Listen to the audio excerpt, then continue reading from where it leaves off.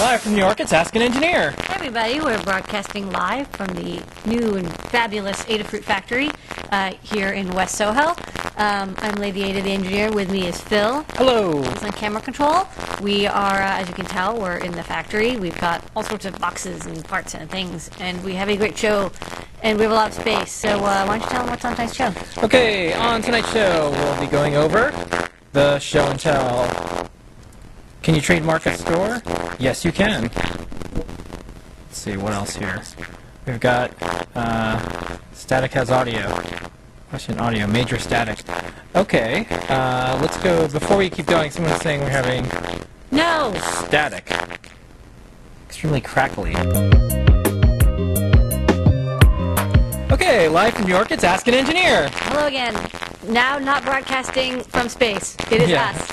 I'm Lady Ada, the engineer. With me is Phil on camera control. We have a fantastic show. We're broadcasting from the factory. You can see the factory. Hopefully you can also hear us. Let's try again on what's new on tonight's show. Well, are we crackly? Yeah, let me see if there's anything I can do here. I don't think there's anything I can do with, like, we'll have to go through some sound stuff later and see what happens. I don't know. Yeah. We're using this microphone. Yeah. Maybe we are broadcasting from space. Yeah. Okay. Maybe robots have taken over our computer. Yeah.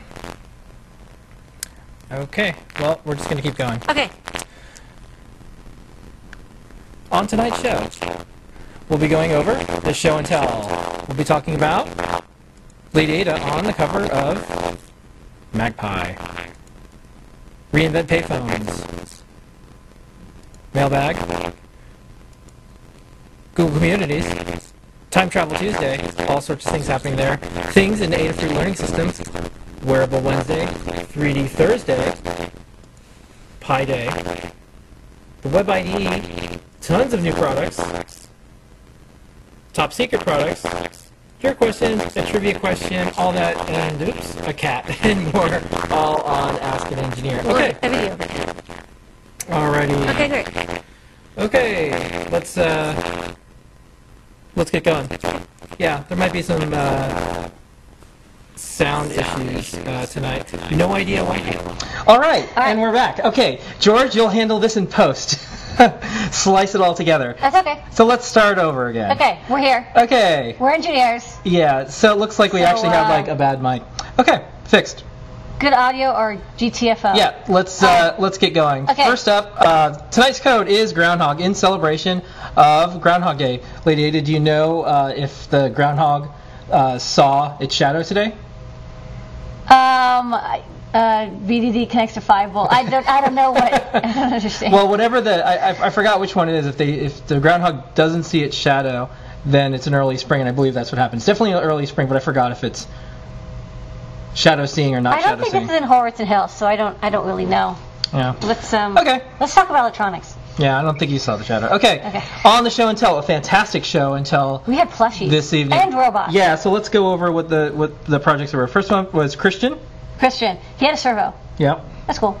And then Steve, do you want to talk about this clock? Yeah, Steve had this clock because his 3-year-old wakes him up. Because I guess 3-year-olds are on like weird time. They go to sleep at like 6 and wake up at 3, and then they're like, time to wake up the parents. So he made a little clock that's like when it's okay to wake up the parents clock, and it uses an RGB LCD, which I think is funny because it means the display is the indicator and has the time.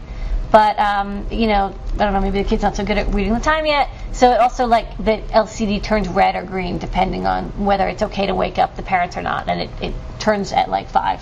So at 5 o'clock, it's okay to wake up the parents. Yeah, and then next up, Ukid had a sound to light converter. Yeah, he had some sort of DJ thing, and he had a water bed, and it's on the water bed, and it's doing frequency analysis, and it's a party. Yeah, and then Andy and Justin, they came in with an awesome project. They had a plushie. So Andy showed it because he has a newborn, and they made an Adabot plushie. Soft. Absolutely amazing. Healthy. Absolutely amazing. Swishy. And then Justin, he works in, I guess, theater and has access to all this stuff and makes theatrical stuff. He's the one who made it for Andy. And absolutely amazing. And they went through step by step of all the different pieces. And he's going to put the files up on The pattern. the Thingiverse. Maybe. Well, I or suggested it. Vertastyle. I mean, it's up to him if he wants to or not. But I think it would be cool if he put up a sewing pattern on Thingiverse, because like nobody's done that yet. Yeah. That I know of. I haven't seen one on. I haven't seen any patterns up on Thingiverse, but if there isn't, this is a good time to start doing that. This is a good time to do it. And then Chris, Chris had one, and then Michael came in after that. No, Michael and a Michael. There's Michael and Chris Cartwright had his ongoing Raspberry Pi powered 3D printed snow blowing robot. Which is probably going to be a weed whacker now, because it's like he's running out of winter. He has to get together with this mythical groundhog. Yeah. Be like, hey, like more snow, please. Yeah. Nothing with my snowblowing robot. And then Michael had a Wi-Fi controlled RC car. Yeah. It was neat because the router was sitting on the back. Yeah, it was a little truck. So it looked like there was a router delivery. Wi-Fi delivery. Yeah. Wi-Fi router delivery via RC truck. Yeah. There was a project from I think the ShmooCon folks a long time ago. It was a little robot that would walk up to you or roll up to you and tell you your password because it could crack Wi-Fi. Oh, that's cute. That was neat. Hello, here's your password. Adorable. Should be plushy. And then the last one was Michael, and I think he was giving us a tour of the hackerspace in I think it's South Carolina. Yeah, in a vault. In a bank vault. He didn't show us the lollipops, so I don't know if it's really. So if you go on YouTube.com/Adafruit, you'll see this on here on there right now. It's there probably right now. So fast. Yeah. All participants on the show and tell will receive as seen show on the show and tell sticker. Email us. Perfect for every project. We're starting to see these around a lot. Yeah. Lady Ada, how do people get on the show and tell? Super easy. Go to our Google Plus page at plus.google.com/symbol plus Adafruit and look for the post where I say, hey, comment here to be put in the circle. If we put you in the circle, then you'll get invited every Friday at 9:30 p.m. to show up at the show and tell and show off your project. So get yourself added now, and you can show off a project in the future or while you're working on it. Whatever. It's cool. Whatever. Okay, so let's jump into the show. We have a lot of stuff, and we were a couple of minutes behind because we had to work on microphones. Okay, first up, some sad news. Inventor of the Etch-A-Sketch passed away this weekend. Yep, 86 years old, invented the Etch-A-Sketch. Ohio Art is the one who... they licensed it. Who licensed it. It was introduced in 1960. Well, what's interesting is it's out of patent, but the trademark is so strong, like the Etch-A-Sketch trademark is so strong that like I have never seen a Etch-A-Sketch competitor. I think people are just like they want it by name. They're like, I want an Etch-A-Sketch. Yeah, it's cool. And at the request of the inventor, he's going to get cremated, put in a frame, and when they shake him up, he'll disappear. Don't say that. So, it's too soon. Too soon. Okay, next up. Did you know you can trademark a store? So this is new. We put this up on the blog. Yeah, it's just interesting because a trademark is I thought it was only for marks and images, but I guess also for a look of a store. That's right. But you know what's interesting is there was that case with the Louboutin shoes that they trademarked a color. Yeah. They trademarked the red sole, which is interesting because they said usually you're not. It's because it's a decorative element in clothing. Some decorative elements you can't trademark, but apparently they did win that case, and so that was like the first time I think someone trademarked an element, a color element of a shoe. So nobody else can make red-soled high heels. Yeah, with this one I thought was interesting because trademark usually is associated with a logo and a word, but Apple has trademarked the look of their store, very distinct look. You know how they're doing it now. Yeah. Before everybody says, oh man, Apple this, Apple that, and start hating on Apple, keep in mind, Microsoft trademarked their Microsoft store about a year ago. Really? So they've already, it's already a trend now of companies starting to trademark the looks of stores. I think this is maybe getting a little bit out of control, but this is a good thing to know. I will say that Apple does have a very distinctive store that doesn't look like anything else. And they all look the same. Right. And people are starting to copy that look, so they're probably trying to figure out ways to protect it. Maybe it's because of the fake Apple stores that are popping up in other countries. I mean, I haven't seen one in the U.S., but we went to a fake Apple store in Tel Aviv. Yeah. Remember that Apple store that was like, this is not a... It wasn't really an Apple store. It was an Apple store, but it looked a lot like an Apple store. So we'll see, because like all things, until there's a court case, who knows? Yeah. All right. Next up, EE Bookcase. Kevin does these. Oh no, sorry, skipping around. This one was just another one in the news that we covered on the blog. Newegg decided to fight the shopping cart patent troll, and they won. and Yeah. it kind of protected all of us. If the patent trolls kept going, eventually every website that has a shopping cart would. Yeah, I'd have to pay. Demanded. It was like the technique of storing the shopping cart state in a cookie. And what's interesting is the original holder of that patent was Open Market, which is a company I worked for. A very, very, very long time Yeah, ago. what I really like about Newegg, Their logo was the empty set, which always kind of bugged me. what I like about Newegg is their I'll quote their head of legal. No, this is a CEO. He said, "Screw them." Yeah, this is what they pop in and say, "Hello, surprise! Give us your money or we'll shut you down." Screw them, seriously, screw them. You can quote me on that. Okay. So this is kind of interesting because how often can you support a company that stands up to patent trolls? Because they have, Newegg is a pretty successful company. Yeah. They can actually afford to go all the way to the end. So we always have bought our computer stuff from Newegg. Yeah. And we're going to continue to do that. So if you guys are ever interested in supporting a company that fights patent trolls, check out this article, read about Newegg, and if you're buying stuff and Newegg happens to sell it, maybe buy from them. Tell them I'm supporting you because you're fighting patent trolls. That's important. Yeah, I mean, like if a patent troll came after us, it would be really hard. Like it does cost like $5 million. We just don't have that money. And the sad thing is, it's like sometimes you can get companies to team up together and fight together, but Amazon folded. They're like, Amazon just paid it. Yeah, they paid it. I think it was like $20 million or something. Like they're just can't deal with it. Yeah. So Okay. Next up. Big news, Lady Ada, you're on the cover of Magpie. Yay! So, Wired, and now Magpie. You're moving up. So Magpie is... This is the first print edition of the Magpie. Well, all the other ones you can get in print now. Oh, sorry, but this is the first one that they were intending. Now they're going to reprint the old one. Yeah, and so Magpie is basically a community magazine for Raspberry Pi users, owners, people who do development, and it's made on a Raspberry Pi. There's like Python Corner and like C-Shack. There's like these little tutorials on a program. Yeah. And hopefully we'll do some articles and tutorials for Magpie. What I really like about this magazine it has the foundation, Raspberry Pi, all the companies that are involved with Raspberry Pi have nothing to do with this. This is completely people did this on their own. Very cool. Yeah. And great articles. And you did a great interview. Thanks. Next up, this is a kid with Mow the Resistor. All right, let's keep going. Reinvent the Payphones was last weekend. We sent Matt there. Matt checked it out, and he was a judge in the contest. This was New York City's effort to what are we going to do with all these payphones? We have a lot of payphones. Where the spots where the payphones are. So we actually they're like buried in concrete. Like they're hard to remove. So we were a sponsor, and we awarded $212 in celebration of the best area code ever. 617 was the best. 212. But 212 is where I live now. And these are the folks who won. This is the project that they did.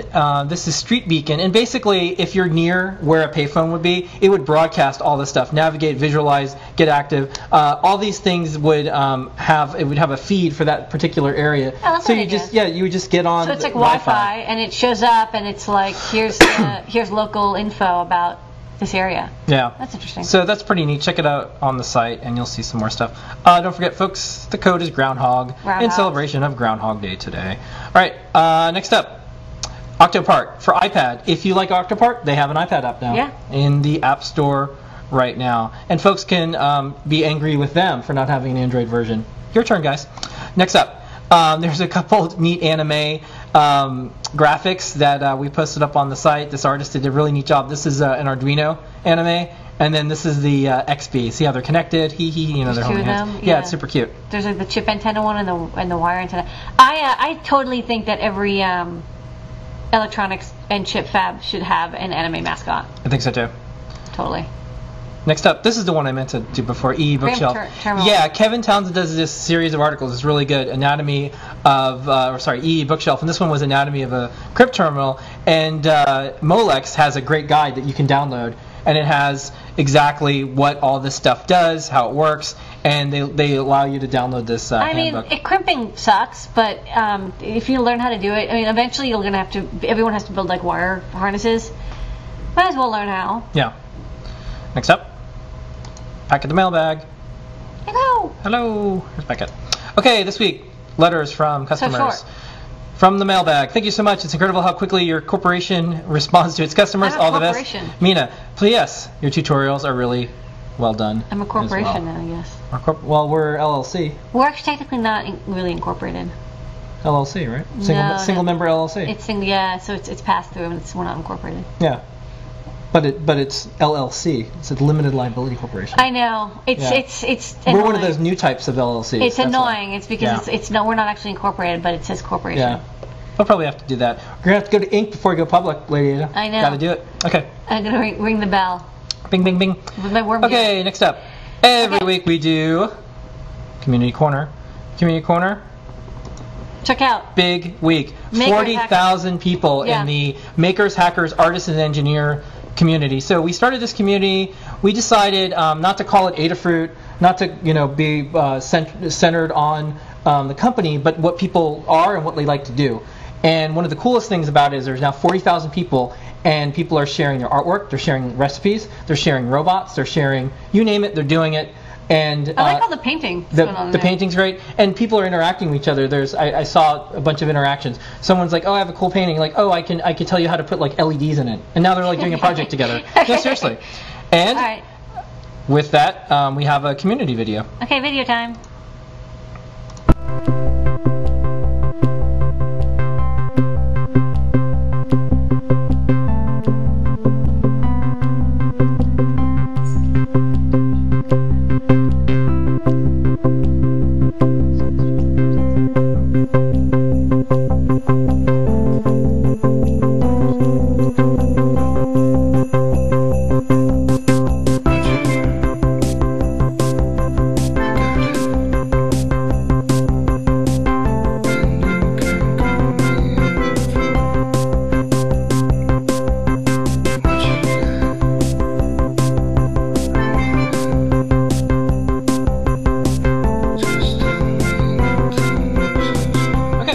On to Makey Monday. Every week we do a Makey Monday, and this week it's this cool Apple playing Apple device. phone. Yeah, it's an Apple phone. Get it? iPhone, Apple phone. Yeah. Every week we do this. So that community video that we just did, that was how to add event in the community section. Cool. So Matt Can does anyone this. do that? Anyone can add an event in the community Oh, that's section, nice. and we already have a ton of events in there. Oh, great. And now people are starting to add their own. Cool. That's really cool. Cool. All right, next up, Adafruit Learning System. Big news going on over there. So Adafruit Learning System, learn.adafruit.com. The best place, I believe, to learn anything online. Lots of electronics, but soon even more. Okay. This week, Lady Ada, what was new? We updated the FTDI tutorial, FTDI friend tutorial up. We also we have a great tutorial by Eric Michaud, who did an excellent. He's actually doing a bunch of tutorials, I believe. Right. This is the first one on how to start a hackerspace. So he helps run NoiseBridge, and he's also helped set up a bunch of hackerspaces around the world. Yep. So he brings to this tutorial like all of his years of knowledge in building hackerspaces. He's got a lot of experience. People want to learn how to build a hackerspace, and they're like, "Where do I start?" Because it is a little bit like overwhelming. It's like you look at something like NoiseBridge that has 200 members, and you're like, "How do I get to that point? How do I manage these people? How do I handle like the money and the space?" And so there's also an event going on right now about that. But check out these tutorials. Lots of really great info on how to build your own makerspace. Next up. We have a new tutorial. Was this really new this week? I guess it was. This is a new tutorial on the Max 98306 Stereo Amplifier. This is a really awesome Class D amplifier. When I saw this from Maxim, I was like, this is a cool chip. It's a stereo Class D, and it runs off of 3 to 5 volts, and so you can run it off a couple batteries. And so it can drive up to 3.5 watts per channel, which is kind of huge. Like 3 watts is a lot. That is like boombox style. So it is boombox. I believe Bill Earl made this tutorial, and he showed even how to make his own little portable stereo. I guess it's like a little toolbox, and he made a little speaker grill thing, and he shows you how to use this amp. Actually, intending it for use with like an Arduino or something, but this is also an excellent use. Next up, this is an updated one from K-Town. K-Town updated the really great Ultimate GPS tutorial. We had one for how to connect to the GPS using a Raspberry Pi with a TTL cable, and that is a really good way to do it. But because that way you just get like power and ground and ARC and TX, and it just shows up as a USB to TTL converter. But if you want to save a USB port for some reason, and you don't mind losing the serial console, which is a little unfortunate, you can do it this way. You can connect directly to the console, and it shows you how to turn off the interactive console and connect it so you can, you have to SSH in, but you can connect the GPS directly, so that might be handy for people who want to save a little space. Yeah. Next up, another round of Raspberry Pi tutorials with Simon Monk. This one? Dr. Simon Monk. Do you remember which one this was? This one's a really good tutorial. This actually was one we've been meaning to do, and we finally got around to it. So this is, in Occidentalist, we added the ability to read from digital temperature sensors such as the DS18B20. Actually, Raspbian has this in it too. The latest version of Raspbian also has the ability to, has that same kernel module. They compiled it in. So the cool thing is you can connect as many of these one-wire sensors at a time as you want, and like you connect them in parallel. Yeah. We also have waterproof and high-temperature versions, so that could be really handy if you're doing a project. We also have a food-safe sheathing you can put on it. So this is really good if you're doing a project where you're like making yogurt, or sous vide, or beer brewing or something. So it's very easy. You only need one resistor and a couple of wires. You can read digital temperature sensor, and he even has some Python code that goes along with it. All right. Nice work, Dr. Monk. Next up, Wearable Wednesday. Every week, we like to highlight some of the best wearable projects online, specifically because we now have our wearable platform. That's right. The Flora. Flora. And this week, one of the projects I wanted to highlight was a project using the Flora. So this was a LED vest that someone made using the Flora. Check this out. And so as they're putting the Flora in, and all the LEDs are going in the squares. Yeah. Very neat. And it's so cool because we're actually starting to see people do RGB LED projects, because a lot of people want to do that, and it's really hard unless you have Flora pixels. And the other thing is, if you check out the tutorial section on learn.adafruit.com, it is getting filled with Flora stuff. So Becky and team are working on tons of stuff, and you could go from zero to Maker Hero overnight. Okay. With the Learn system. Speaking of, Becky has a special video. I know everybody out there is probably a football fan, because they like to watch the home runs. Go Niners. And the slam dunks. We have a video from Becky with the new project. And I'm putting it in Wearable Wednesday, even though it's kind of wearable. No, but people want to use the EL panels for wearable projects. It's a really common request. And so a lot of people ask, how do I cut or overlay onto the EL panels? So even though this is only wearable by like a cat, for example, you could expand it to a large helmet. She doesn't have any. Okay, and here we go. Here at Adafruit, we're big fans of football. Football? Football. And so in honor of the upcoming Super Bowl, we're going to show you how to emblazon your team's logo on these mini helmets with electroluminescent panel. It's kind of like EL wire, except that the phosphor is spread out over a plane to make the whole area glow. So in today's project, I'll show you how to use this vinyl cutter and a sharp craft knife to make your graphics glow. Start by finding some reference artwork for your design. You can find your team's logo and then save the file to your computer and open it in your favorite vector graphics software. I'm using Illustrator, but there's also Inkscape, which is free and open source. One of the most powerful tools in your vector suite is the Bezier line tool, which looks like a pen on the icon. At first it can be tricky to wrap your head around how it works, but hopefully you'll get the hang of it and have a lot of fun with it too. It's my favorite tool in Illustrator. So I've just changed my stroke to be just that, a stroke with no fill, so I'm just outlining, and then I changed my color to bright green so you can better a little bit see what I'm doing. So to start, just click, drag to identify your anchor points and tangent lines. And when you get to an area where there's an angle or a corner, you click, drag your first tangent line, and then press the Option button to free the second tangent line from being perfectly parallel to the first. One of my favorite things about this tool is that you can kind of rough in the shape by creating as many anchor points as you think you'll need, and then go back later and adjust those anchor points to get a perfect fit.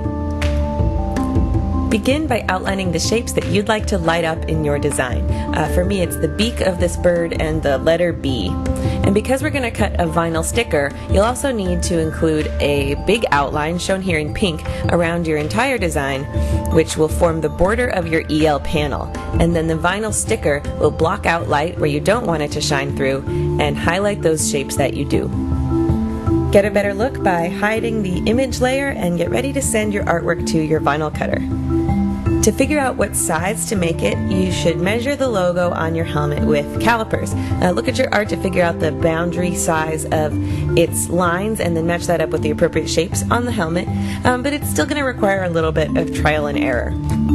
I'm using a plugin for Illustrator that'll work with my Silhouette machine, which I'll link to in the description below this video. And in its cut dialog box, you can put an output size right in there, and then you don't have to worry about scaling it in Illustrator. There are also material settings to adjust the speed and depth of the blade.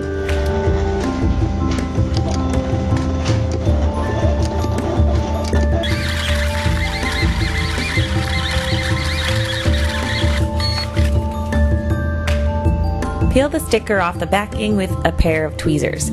Depending on how delicate your sticker ends up being, you can go back to your artwork and thicken some of your borders if you want to make the sticker easier to apply. You want to test out the sizing by peeling out a big shape and placing it directly on the helmet.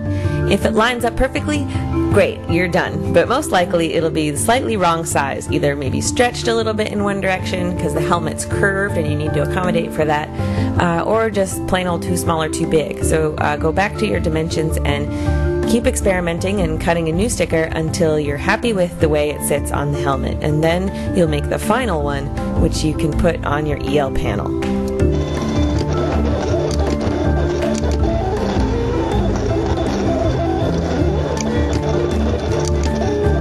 Don't peel this final sticker yet. Some of those lines are kind of delicate still, and to get the best results possible, you'll want to stick this entire piece of vinyl to the EL panel, and then use tweezers to pick up the pieces you don't need. That'll minimize shifting in the design.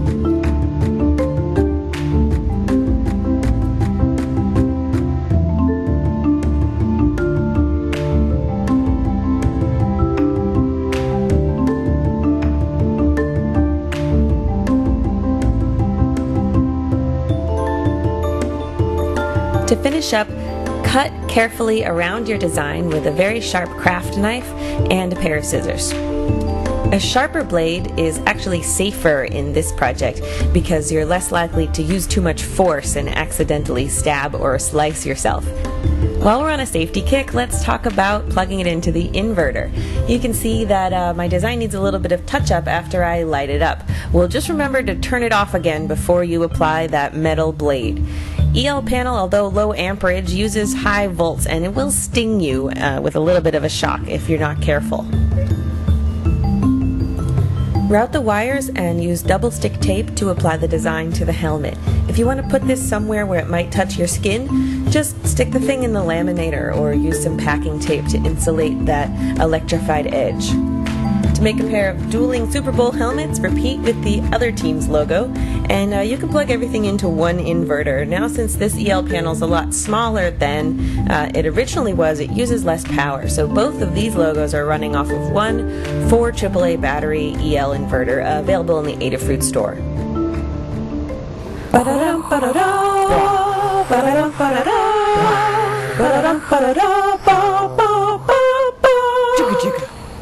Subscribe for more Wearable Wednesday projects and enjoy this Sunday's Super Bowl. Will the 49ers win? Quote the Ravens, nevermore. Alright, and we have them right here. Lady Ada, can you hit the lights? Bum bum bum bum bum bum bum bum bum. I think that's a football song, right? Okay. And those are the helmets. Okay. Let's keep moving. 3D Thursday this week. Lots of things on the blog.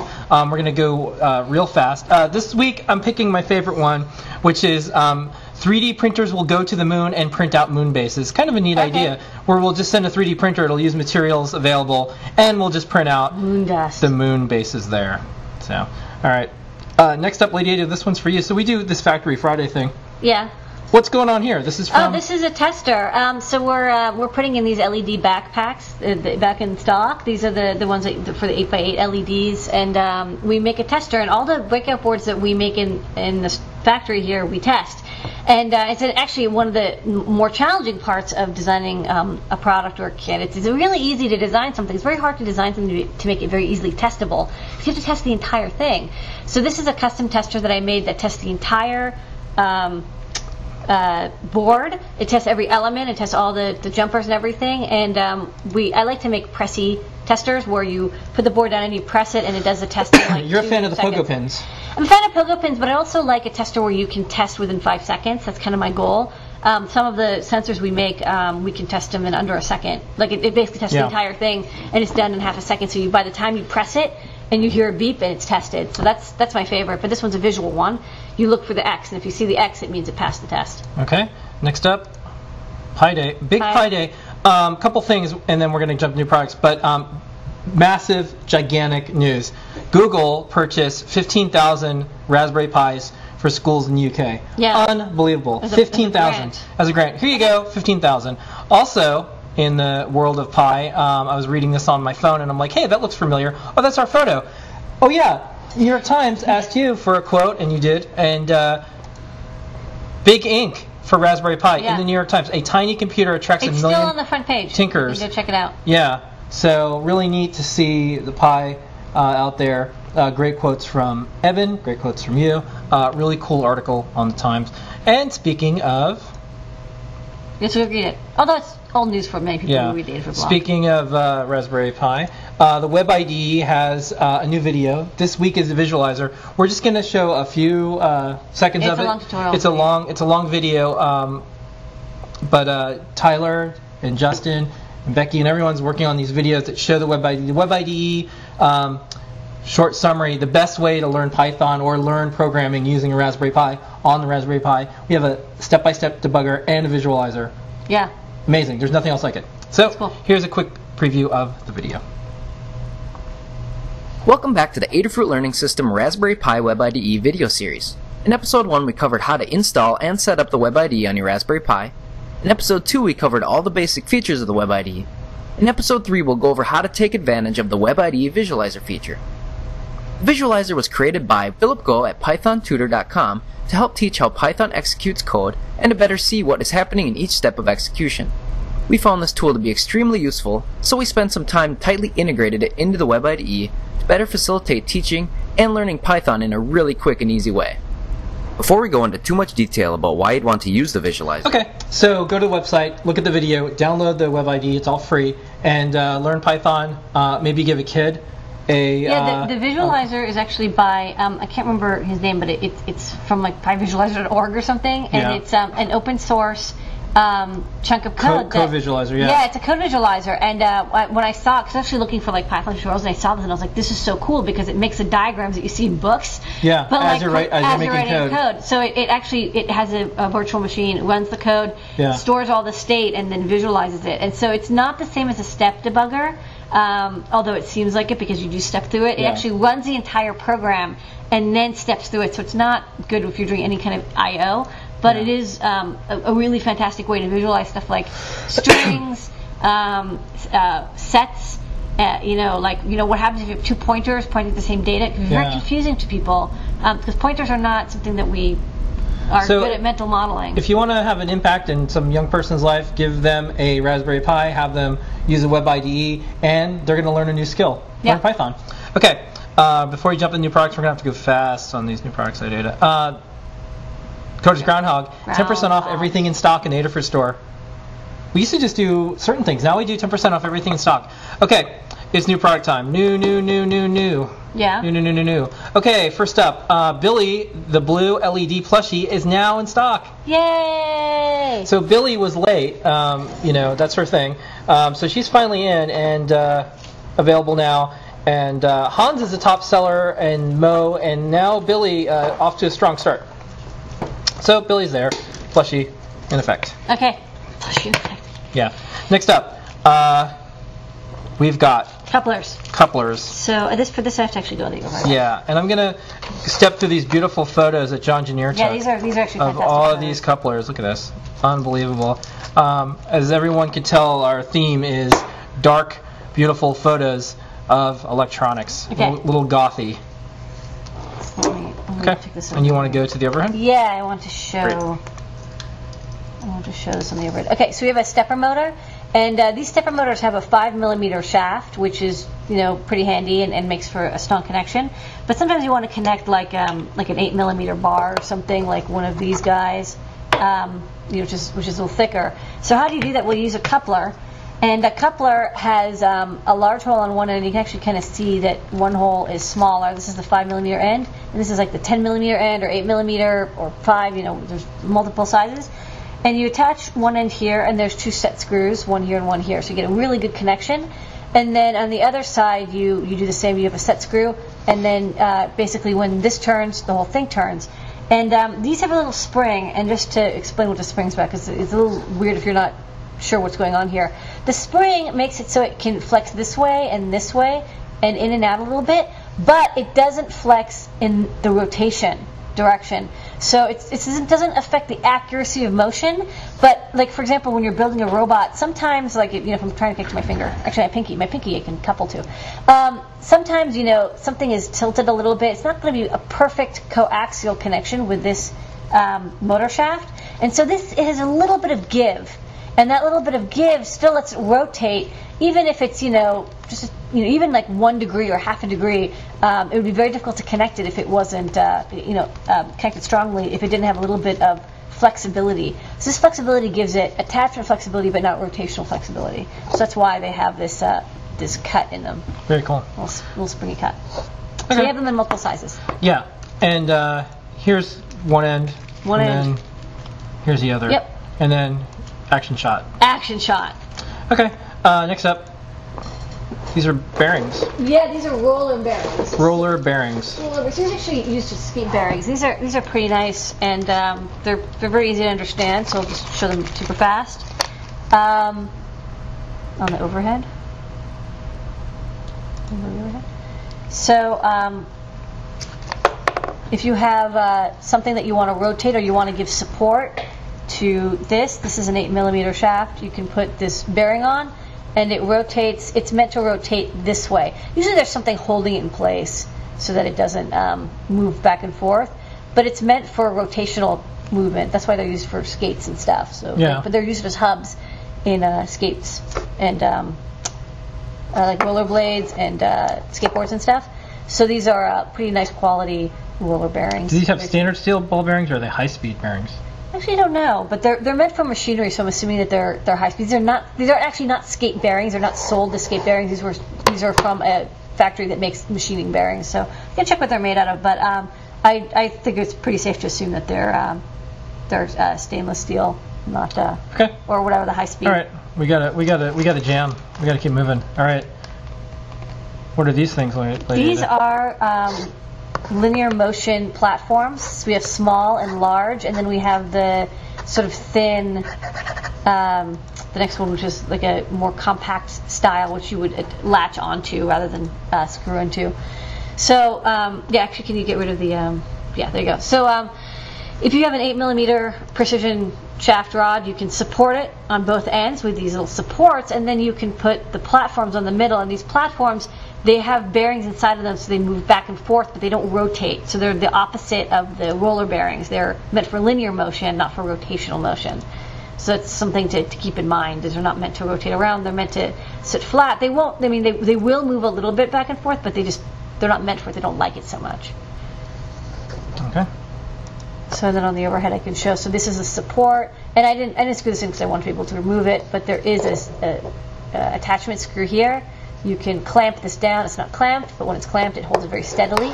So you have 2 of these on each end, and then this is the small rotation. So you can tell it does rotate a little bit, but it likes to rotate back and forth more. And then here is the small platform, and then the double length platform. So this might be if you need more strength. I mean, you can look at the max force, both static and active or motion force that you can apply to these. This is for like a heavier thing, but most people will probably be happy with this guy. And this is something that you would clamp over. I saw actually Ultimaker CNC use these for the XY carriage. And yeah, they don't like to rotate so much this way. Usually you'd have 2 of these, and then you'd have another one mirrored on the other side, and then so it would be supported from moving back and forth. It would be nice and flat. You'd have a platform that can move back and forth. And for all the folks asking, we're not selling the shafts yet. We're evaluating a bunch. They need to be up to our standards. So as soon as we find the best one, you'll know that it's the best one because it'll be in our store. Unfortunately, the place that manufactures all of these parts, they sent us some of these rods, and I didn't like them. They weren't good enough. Yeah. And they were okay, but they weren't that great. So I'd like to find some better quality ones. In the meantime, you can get them from McMaster-Carr. McMaster-Carr does sell them for now. Okay.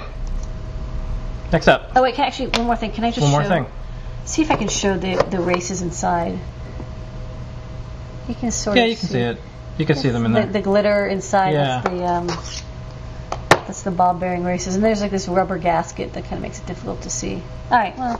Okay, let's keep moving, Lady Ada. Yeah. Like less than 30 seconds per product to do. I'm moving. Zoom. Ready? Zooming. Okay. What's this thing? That is a little vibration disc motor. Vibration disc motor. So you'd use this in things like maybe a Flora project, or if you wanted to do some other type of microcontroller. Well, the project that actually we were thinking of doing is like we actually put these compass sensors, which we'll show later for Flora, and Becky and I were thinking of making like a belt that will tell you which way's north. So when you're biking, it can tell you which way to go. But you can use it for any kind of haptic notification. That's what they're really good for. I mean, that's why they're used with phones. So like it's the same kind of buzzer that's inside your phone, and it's got a little bit of rubbery thing here, just to keep it from like bearing into something. If you attach it to something plastic, it won't. It will bump up against it, but not drill through it. And then there's a little piece of glue underneath here, not a permanent glue, something like it's a sticky material, sticky tape, and then a cover. And then it's a motor, basically. So you've got positive and negative. And this goes up to, you can use this up to 5 volts. But at like 1 or 2 volts, it does buzz quite a bit. So you don't have to attach 5 volts to it. There you go. Well, can you hear it? No, because, sort of. But here's a couple quick questions about it. Can you adjust the rate of vibration by adjusting the voltage or current? You can change the current or voltage. I suggest using a resistor. Okay. Really well. How strong is the vibration going to give?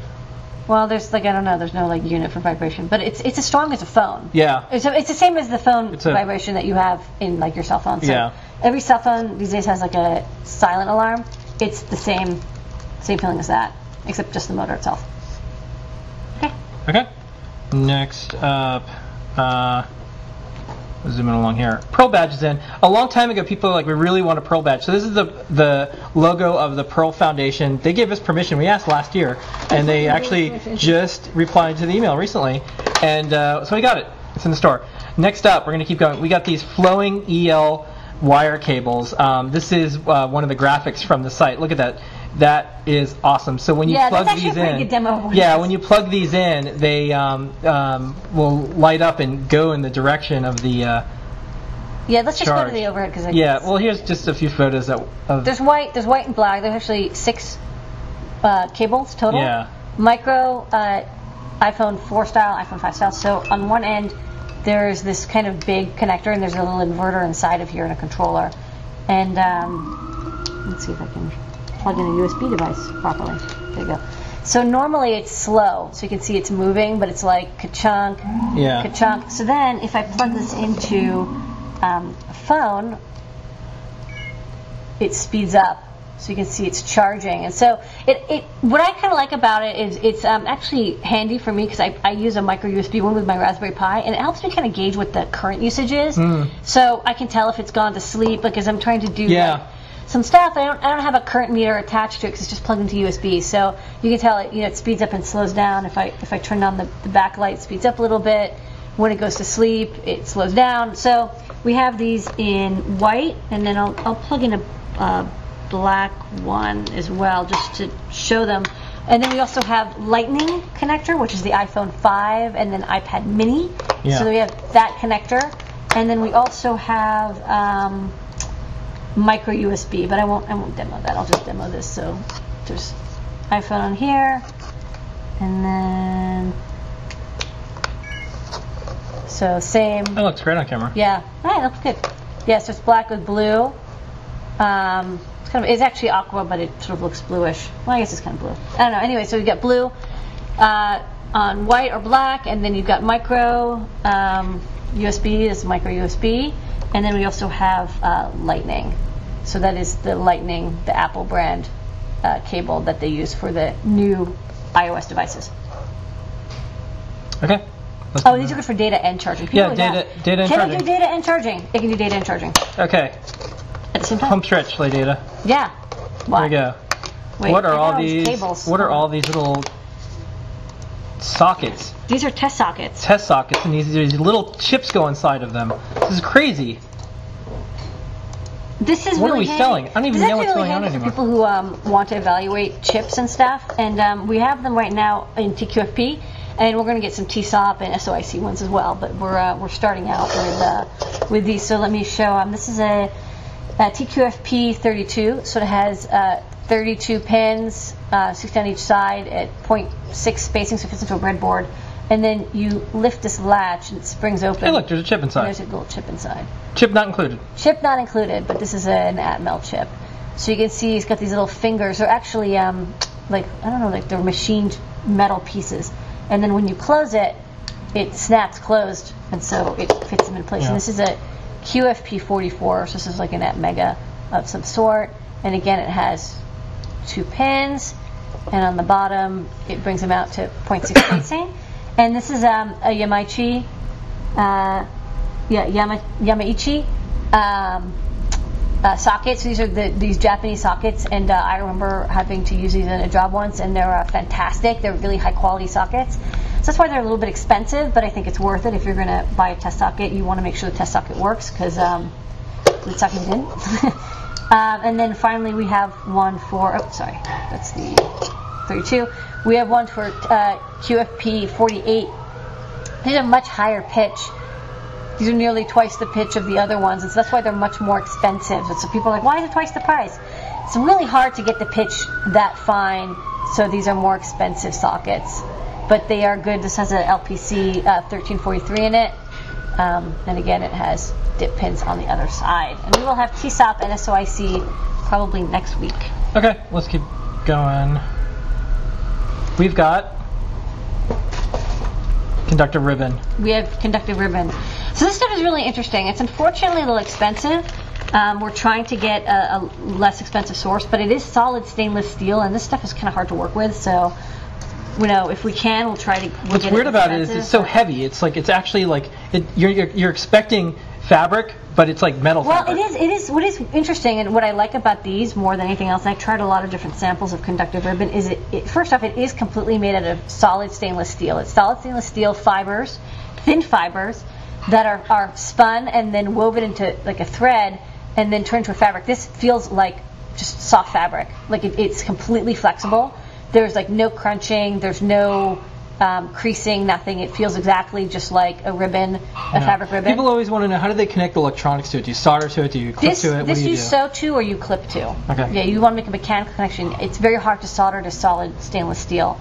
The good thing about this is that, unlike silver, it's extremely low resistivity.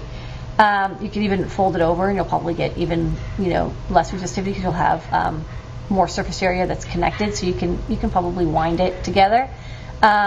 It's extremely strong and it won't oxidize, so this will last forever. You don't have to worry about it oxidizing like silver. Silver-plated nylon will eventually go bad after about 6 months, depending on your environment. It will blacken and oxidize, and it's basically destroyed. You can't really use it anymore, but stainless steel doesn't have that.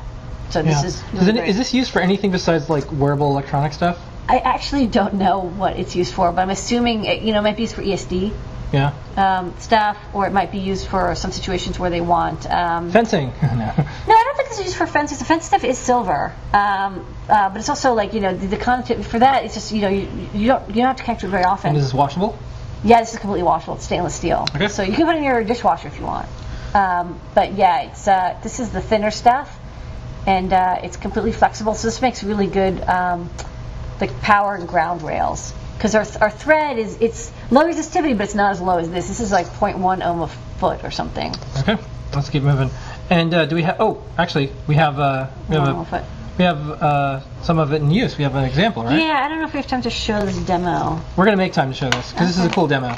So we have some of this sample that we tested. We were making a gigantic strip of pixels. I can't really show it all at once, but let's see. I can power this up. Well, we can also show it on the big screen here, by the way. Yeah. Go to the big screen. So it's a gigantic line of pixels, and normally you wouldn't be able to have this many pixels connected in a row, but because there would be too much of a voltage drop. But with these, because it has this power and ground rail on the side, they do quite well. And I should actually do some voltage tests. But what's nice is you just zigzag over it to stitch it in. And what's running this thing? Oh, it's a Flora. It's a Flora with our AAA battery pack. Oh, this is great. So this is a Flora, and these are individually addressable LEDs. Yeah. All through fabric and all through this ribbon that we have. There's like one bad pixel in here. Yeah. All right. This is great. I love this demo. How many pixels are there? This, I think it's like 25. 25 or so. Okay, we're going to keep moving. Okay. Speaking of Flora stuff, what are these sensors, Lady Ada? Oh, this is a lux sensor. So this is, we have a breakout board for this actually. This is a digital light sensor. It's a really great light sensor. It's digital. It does infrared and visible, so you can subtract them and get like human visible only, which is really nice because like standard CDS cells don't do that. They measure like the entire spectrum, and this has the ability to measure just the human visible spectrum, which is, most people don't realize that lots of sensors pick up IR, but humans don't. So this is a really handy sensor, and it uses I2C, and hopefully we'll have a tutorial about these shortly. For now, you can just use our Arduino library, and it works great. Okay. So that's a little sensor in the middle there. And then we also have this accelerometer compass sensor. And it's neat because these 6 degree of freedom sensors are so inexpensive now. It's like they're as inexpensive as accelerometers used to be. So we can offer this for like $20, and you don't need any level shifting circuitry because the Flora runs at 3 volts.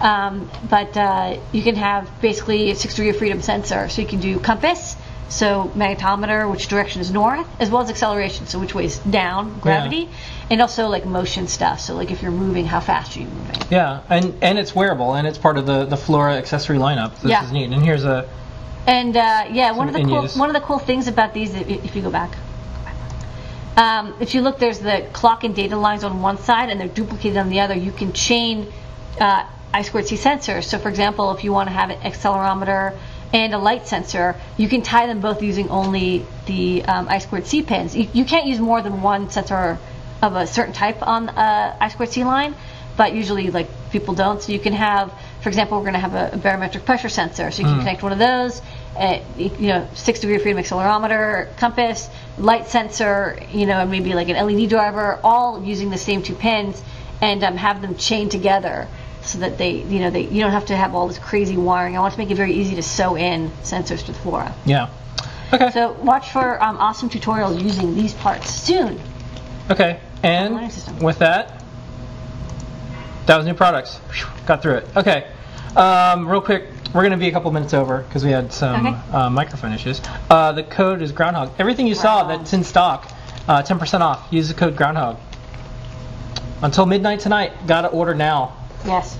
Well, you can wait a couple other minutes. Yeah, this is heavy. Okay, so we're going to do top secret, and then we're going to answer a couple questions, and then we're going to do a trivia question, and then we got a little cat video. Okay. So, top secret, it's not out yet, don't ask.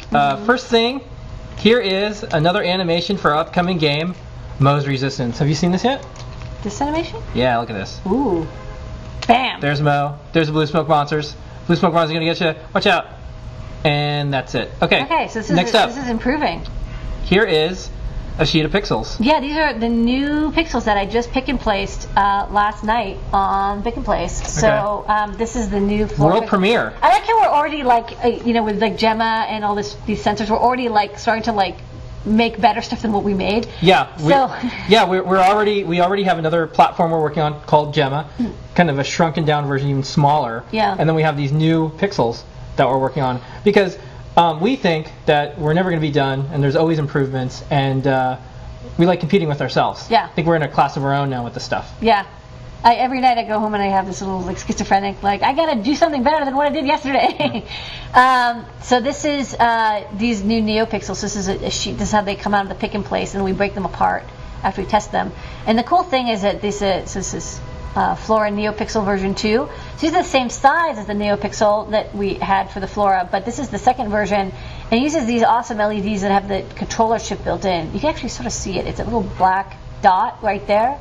That's actually a little chip that's built into the LED, and we have these on strip. Yeah. But then I got some of these LEDs separately as well from the factory, and soldered these in as floors, and they work great. The only thing is they're not backwards compatible. It's a little annoying, so you have to use a new library. But they work really great. Depending on your application, you'll just, if you already have. We're going to sell both types. So. Yeah, we'll sell both types. So if you have the old type, you can extend. But I want to move people towards these. These will be less expensive. They're not double-sided, so they're less expensive to make and much easier to manufacture. Yeah. We can do double-sided, but it's kind of annoying because we have to do it twice. Yeah. And they're still chainable and super glowy. So this will make it even easier than ever to make that video jacket. All part of the Flora accessory lineup. Okay, that was. It's not out yet. Don't ask. That was it. And wood. And wood. Okay. So we'll try to do a few questions real quick. We're already running over, but we'll do it anyways. Ask your engineering questions. Do we put traces on the sheet of those when we do our LEDs to do testing? No, I just built a tester that tests it all of them individually. I don't want to depend on any traces. Yeah, our tester. Yeah, it fits on top. I think we have a photo of the tester. I think we showed it one week. Next up. Is there any benefit to using Arduino boards with the Raspberry Pi? I was thinking of how many Arduino boards, having Arduino boards as slave sensors and the Pi can control as a master. Sure. Can you safely connect the GPIO pins? You can do that, or you can use a GPIO. Some people they just want to use Arduino, so you can use Arduino. Okay, next up. Two Arduino pins, say a Dewey board, which are already using 3.3, can we get Pi to do a tutorial?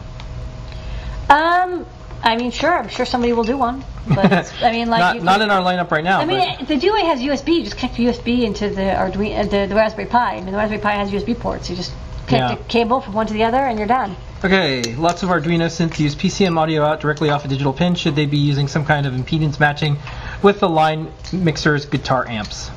No, you don't need to impedance match into guitar amps or mixers. They're not like RF. They're not expecting a 50 ohm impedance signal. As long as if you can't handle the 10K or 100K input impedance, then I don't know. Okay. So you have a problem with your circuit, but you do want to have a blocking cap. Okay. Okay. How much stock do you carry? Is it based on response cells? Well, we have a predictive inventory system, and we stock based on what's going on with orders. Yeah. And sometimes demand spikes, and we have to catch up. But usually we're on top of it.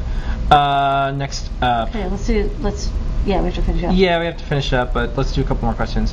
I have a program to turn on LEDs according to an analog input, and my code seems to be stuck in my massive column of if statements. What should I do? Simplify your code. Okay. I don't know. Next up, how can I tell if I've burned out an I/O on my Arduino? Connect the LED to it. If you can't toggle the LED on and off, then something's wrong. Will you have I2C memory for the Flora Gemma? I do have some I2C memory, but I just don't know what it would be good for, so I'm not sure. Will Adafruit license the MeCam for sale? It's MeCam. Oh, the MeCam. All right. Is Lamore the design engineer and the manufacturing engineer, or is there another person doing the manufacturing?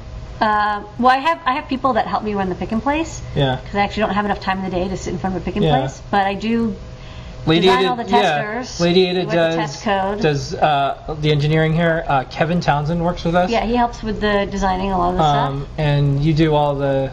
I do build every tester, and I do the design for manufacturability because I just know what the pick and place can do. So I kind of move stuff around to make sure that we can do that. And having other people work on stuff is in company history is fairly recent. Before you were doing. everything. Until about a year ago, I was actually running the pick and place full time, and then a year ago. And now Andy is in charge of the entire department. And he has a staff of like 4 or 5 people. Yeah. And so like it's good. Yeah. We're gonna be up to, I think we're about 45 people right now. Yeah. All of Adafruit. Okay. I'll probably still do the design for manufacturability for everything, just because like I know what the pick and place can do, and also like how to build testers. Like I can build a tester now in like 2 hours. Okay. Well, we got through a lot of questions. Thank you. Great. Lots of new products, and we had a Actually, George wants to go to sleep. I don't know. Yeah, I know. He is 3 hours, and so it is a little bit easier for him. Okay. Well, I want to go to sleep. Well, yeah, we need to go to sleep soon. Okay, let's wrap up. Yeah, let's wrap up. So, don't forget, go to Groundhog Day, 10% off, everything until midnight. Yeah, Billy's in stock now. All right, trivia question time.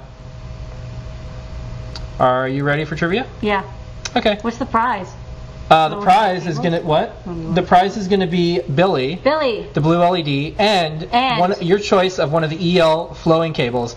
And in case you don't remember what the flowing cables look like, this is what they look like. It's an animated GIF. Yeah. Okay. It's a vine. Are you ready for the question? I'm on vine. Who invented the Etch-A-Sketch? Were you paying attention earlier? Were you paying attention earlier? Who invented the Etch-A-Sketch? There was a quiz. Okay, Ducky58, congratulations. You were paying attention. Andre Cassanges. I'm probably mispronouncing that, but okay. Congratulations. Email support at Sir Reginald Etch. That's a good one. John Janier. Oh, close, John. Email support at adafruit.com, Ducky58, and you'll get Billy and your choice of an EL wire flowing cable. They're blue. They're not like LEDs, but they're blue. They're blue. Okay. Okay. Next up, because we don't have the MOSFET in the factory here. No pets in the factory. No pets in the factory, because it's a factory. But we do want to include MOSFET. MOSFET has a special video, and here he is. Take it away, MOSFET. Hey MOSFET, say hi to everybody. I'm an MOSFET engineer. Meow meow. Meow meow. That's cute.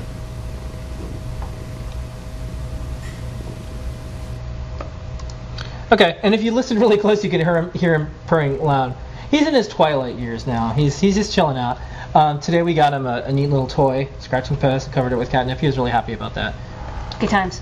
Really satisfied. Okay. We'll see everybody next week. Thank you so much, Paint Your Dragon, Becky, George, everyone in the chat room, everyone who showed up in the show and tell. That was awesome show and tell. Can't believe there's a Adabot plushie in existence. Yeah. That's so cool. And don't forget, code is Groundhog. 10% off. Everything up until midnight. And with that, we'll see everybody next week. Lots of new stuff, lots of cool things, and another big week ahead. Okay. Here is your moment of Zener.